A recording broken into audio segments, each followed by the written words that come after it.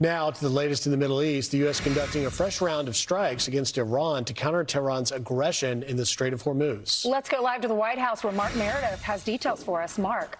Ainsley, Griffin, Lawrence, good morning, friends. This morning, both the U.S. and Iran are claiming control over the Strait of Hormuz, but the White House is launching new attacks against the Iranian regime, claiming that Iran is not going to have any control over this vital waterway. Overnight, U.S. Central Command released new video of their latest targets, which shows air defense systems, coastal radar sites, missile and drone capabilities, all targeted by the U.S. On Sunday, President Trump spoke to NBC, and he said Iran cannot be trusted.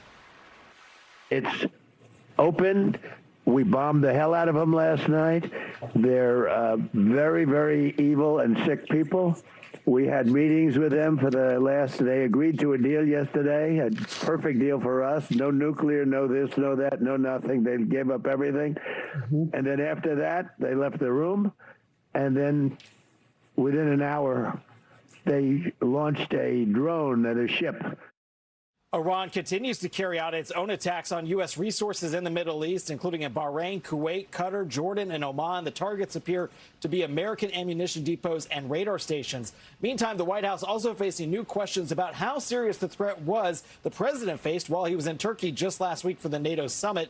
You may remember he changed planes for the flight home over security concerns. The Secret Service says while we do not confirm or comment on intelligence matters, we consume information on a global level to effectively execute our protective operations. But others are giving new insight into exactly what happened. Israeli intelligence tipped off our side, the president, and our officials that there was a very specific plot that was designed to take out President Trump. This is pretty serious. You know, you can't just make these kind of claims. I think it's important for Americans to understand that what the Iranians are saying and doing is nothing that they haven't been doing for 47 years.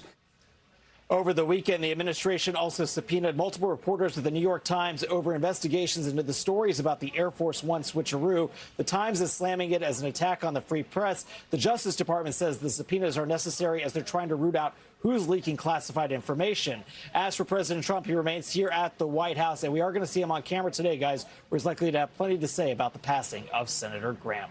Lawrence, Ainsley, and Griff. You're going to hear from him on this show in about 45 minutes. Mark Meredith at the White House. Thank you very much. Thanks, Mark.